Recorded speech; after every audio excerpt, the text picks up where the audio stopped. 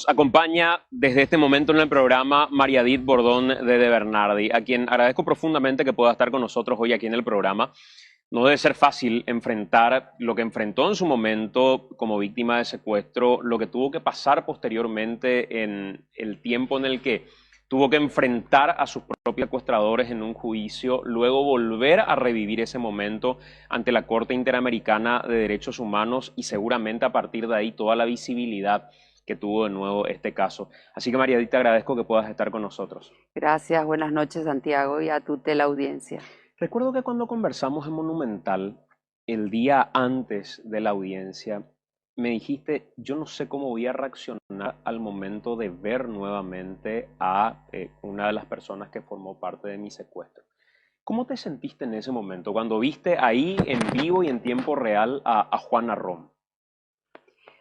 Bueno, realmente es duro porque, como siempre dije, las cicatrices quedan, pasa el tiempo, ahora el 16 de noviembre están por ser 18 años, pero eso queda, uno nunca se olvida, es una cicatriz que queda en el alma y realmente uno siente impotencia, ¿verdad? Porque lo que yo pude apreciar allá, lo que pude ver, fue realmente un gran teatro, muchas mentiras, dijeron que no me conocían, que no sabían de la desaparición de una señora María Edith. Y bueno, como siempre dije, las personas que pasaron por esto realmente pueden dimensionar de la crueldad de esta gente, ¿verdad? De todas las personas que pasamos por esto, por este flagelo del secuestro. Es duro. María, yo supongo que a todos en la vida hay cosas que no se nos borran. Nos queda un aroma de nuestra infancia, nos queda un sonido que nos transporta a un lugar determinado. Y en tu caso en particular, habiendo pasado por un secuestro como este, ¿qué te quedó respecto a Juana Rom y qué te quedó respecto a Anuncio Martí? Porque vos los describís en algún momento, tenés recuerdos que te llevan a ellos y ¿cómo los recordás básicamente en el rol que tuvieron en tu secuestro? Bueno, ellos trabajaron en equipo, eran varias células. Las personas que me llevaron a mí, de ahí del Parque Ñuazú, que fue un grupo. Después las personas que estaban en la casa y los cerebros, como yo siempre dije, que era Arrón, ¿verdad? A Rom lo vi una sola vez cuando yo estaba en el pozo. Esa madrugada llegó y él me preguntó si yo era la señora María Edith de Bernardi. Sí, le dije, y ahí me dijo que era un secuestro. Ahí recién yo capté que eso era un secuestro realmente. Porque a mí cuando me llevaron, nunca en mi vida yo me imaginé que iba a ser un secuestro. Nunca escuché la palabra secuestro.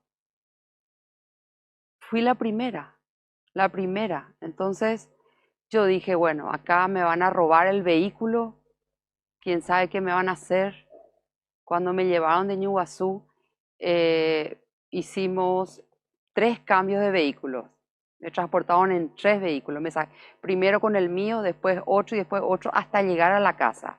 Todo dentro de una bolsa. Porque lo primero que ellos hicieron es sacarme el zapato. Ahí me metieron una bolsa por abajo, me esposaron por atrás y encima ya me pusieron otra bolsa. En el trayecto yo le escuché a Martí. Ahora puedo decir eso porque yo, estando ahí con ellos, no sabía quiénes eran, ¿verdad? Claro. Pero cuando ellos me largaron, yo llegué a casa esa madrugada, después de unos días, estaba el Ministerio Público, mis abogados, todos, me mostraron todas las fotos en una mesa y ahí yo les identifiqué pero todo con nombres, ¿verdad? Y cuando decís que lo escuchaste A a Martí, por Martí, ejemplo, Martí era el guardia malo para mí. Él es ¿por el que qué me era el hacía guardia tener malo? miedo. Él me gritaba, él me golpeaba con la culata de la pistola o revólver, porque yo estaba dentro de una bolsa. Yo me acuerdo que yo gritaba en el auto, pero ellos ponían la música a todo volumen. Y uno de ellos después intentó inyectarme algo para doparme, pero no pudo, ¿verdad? Porque yo llegué a la casa después y ahí me bajaron en el piso. Después me pusieron en una cama y después me bajaron al pozo, pero yo no entendía dónde me llevaban. Estando en el pozo recién me sacaron la bolsa y ahí me metieron otra vez dentro de una cueva, como yo digo. Era un pozo, ¿verdad? No sé si tenés las imágenes de la casa que se encontró. Y así yo le identifiqué a ellos. Uno era el guardia malo y otro se hacía pasar por el guardia bueno, que era Oviedo Brites, que él que siempre estuvo más cerca mío. ¿Por qué decís que los lograste identificar tan rápidamente? Me imagino, la voz de Anuncio Martí es Y inconfundible, la estatura también. la estatura también, pero vos le viste el rostro en algún Sí, momento a él. pasaron, yo estuve 2 meses y 3 días. En un momento dado yo no aguantaba más y salí de la pieza, salí al pasillo y yo les vi a ellos sin pasamontaña. Eso está todo en mi declaración testifical. ¿Y Anuncio Martí era muy frecuente la manera en la que te hablaba o aparecía muy de vez en cuando? Él aparecía de vez en cuando yo tenía que hacer las grabaciones para enviarle a mi marido, porque tenían ellos que tener prueba de vida para que mi marido pueda pagar, ¿verdad? Entonces ellos me hacían grabar primero lo que ellos querían y después, si aprobaban todo, enviaban el cassette. ¿Y quién te Él marcó? entraba ahí, él entraba. No sé si vos viste esa foto que salió en ABC apuntándome con una Sí. ametralladora. Bueno, ese es Martí.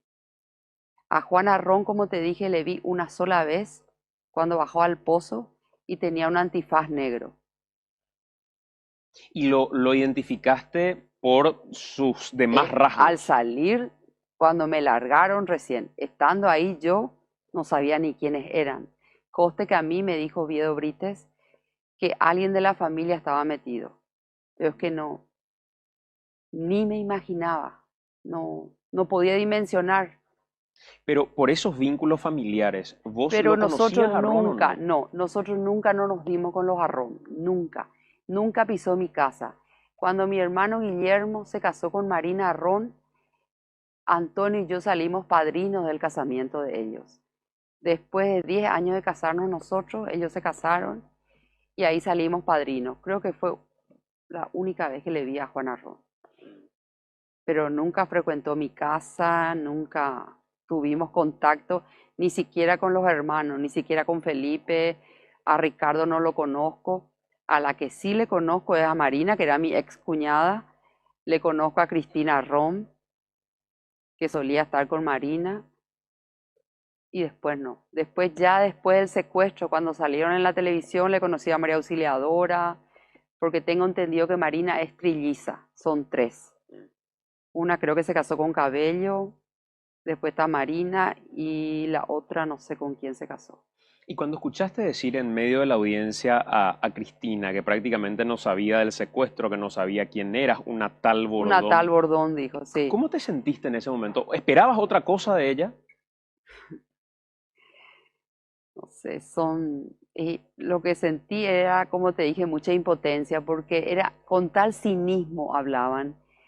Y aparte que ni una lágrima se le cayó. Era un teatro impresionante, pero es que ni una lágrima se vio. Estamos de vuelta ya en este último bloque con Mariadit Bordón de Bernardi.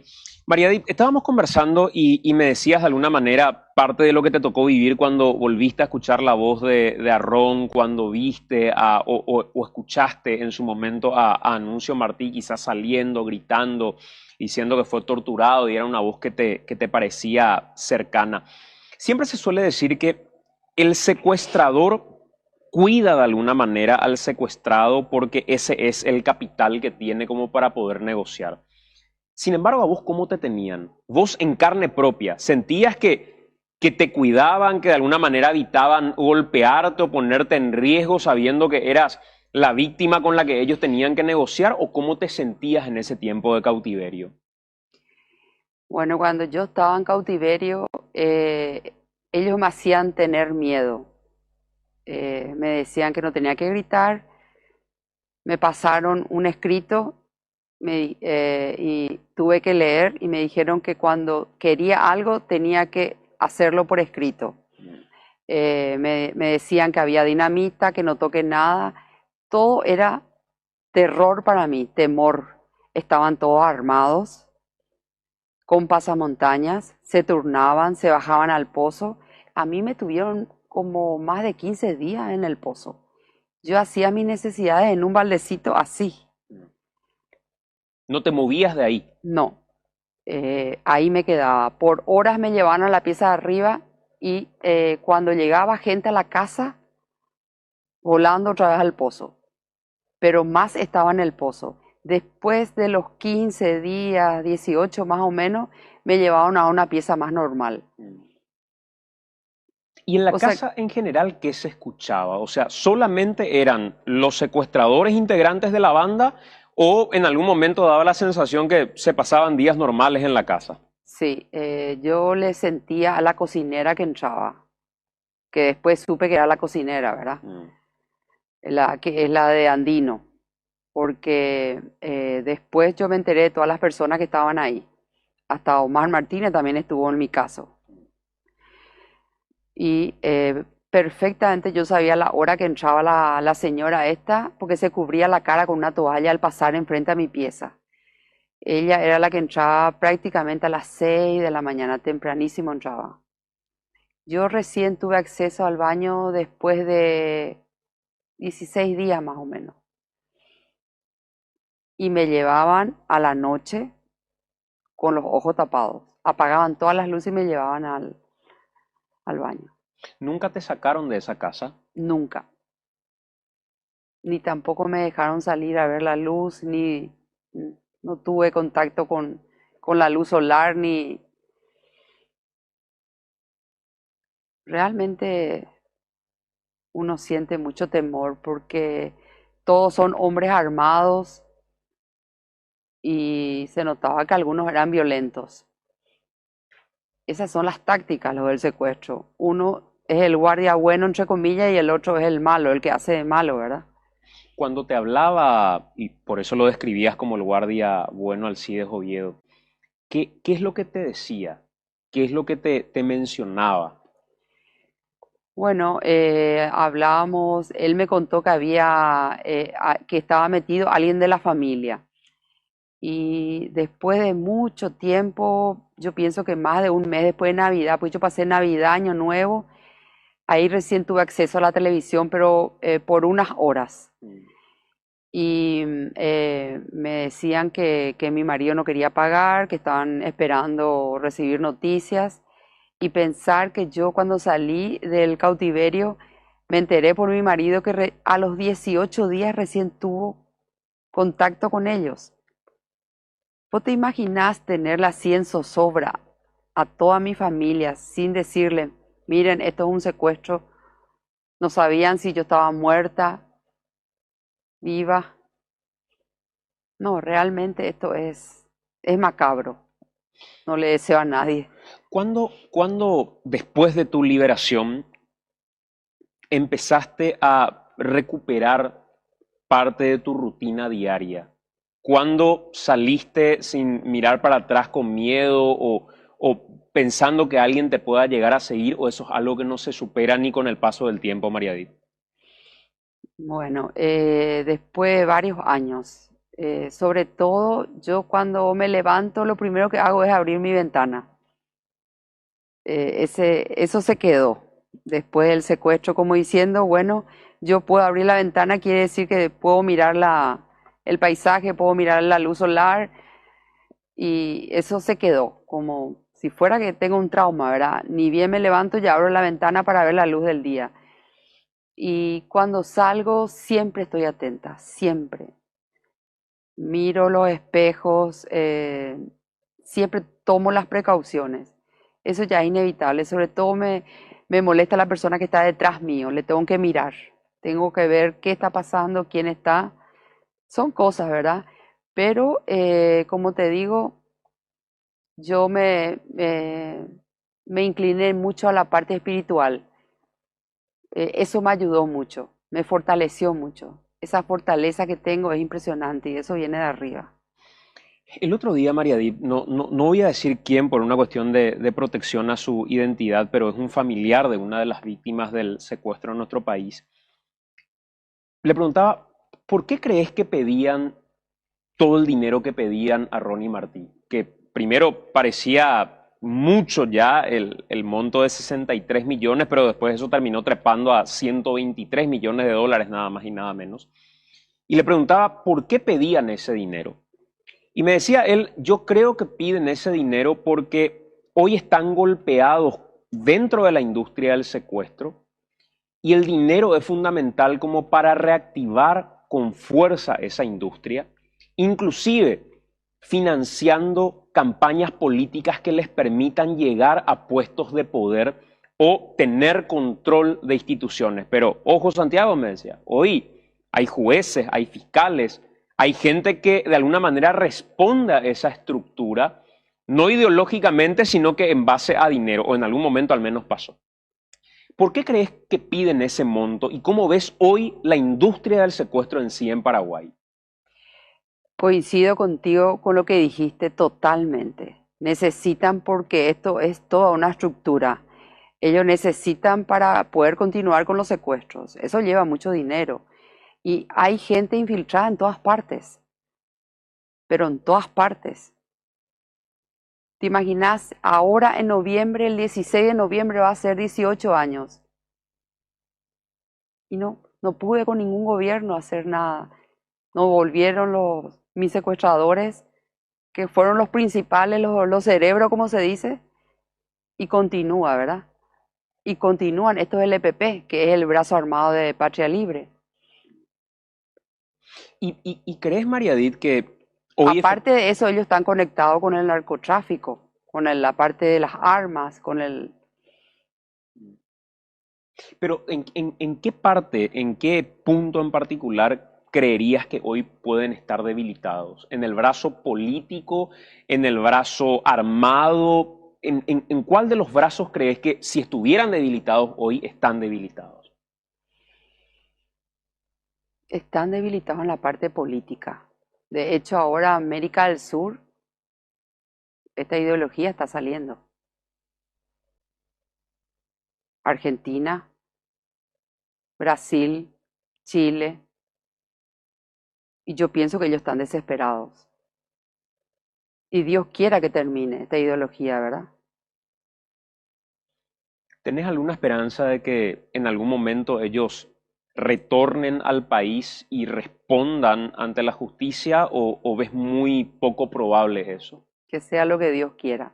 Pero estoy muy optimista con lo de la Corte Interamericana. Yo pienso que va a fallar a favor de Paraguay.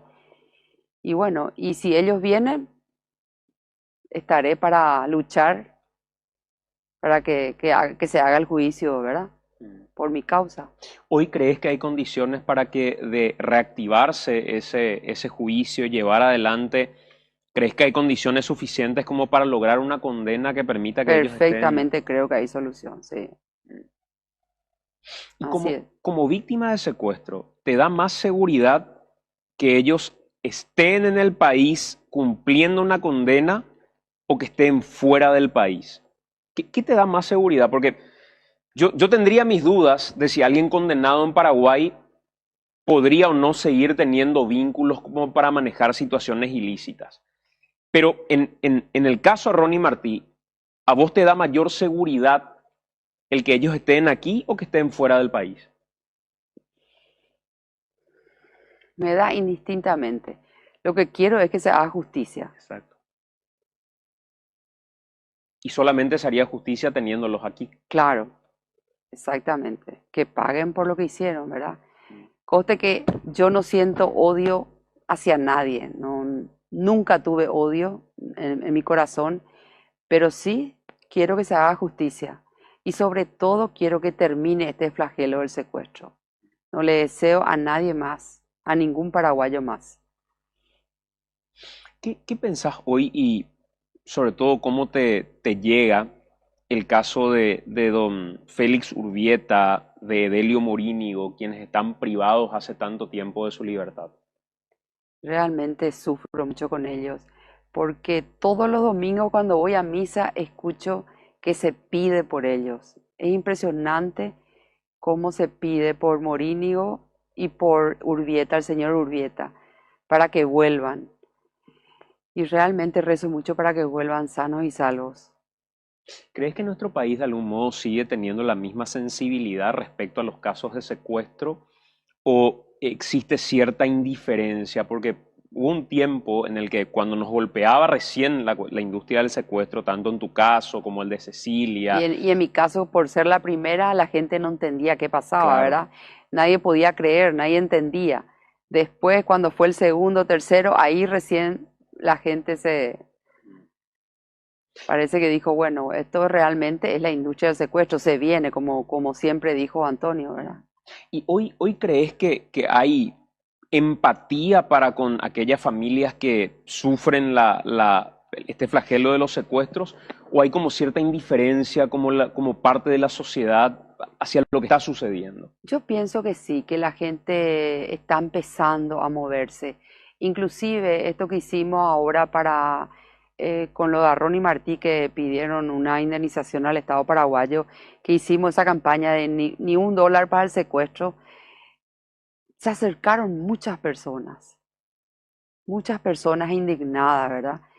Y esto fue realmente la iniciativa de Fátima Cubas. Mm. Y porque realmente nos tocó el mismo grupo a ella, lo de Fidel y lo mío, ¿verdad? Que es el mismo grupo. Y yo sentí ahí el acompañamiento, porque eh, la gente se acercaba, te hablaba, y con todo esto lo de la Corte Interamericana también se escuchó. Todo el país, me contaron que todo el país se movilizó y se paralizó para escuchar en la televisión cómo fue, ¿verdad? Yo pienso que si nos ponemos la fuerza vamos a conseguir. ¿Cambió la expectativa que tenías respecto a la Corte Interamericana luego de haber estado ahí? O sea, ¿te fuiste con una idea y viniste con otra o qué te pasó? Así mismo como decís Santiago, cuando yo estuve ahí, yo dije, no, esto, ellos mismos se hundieron.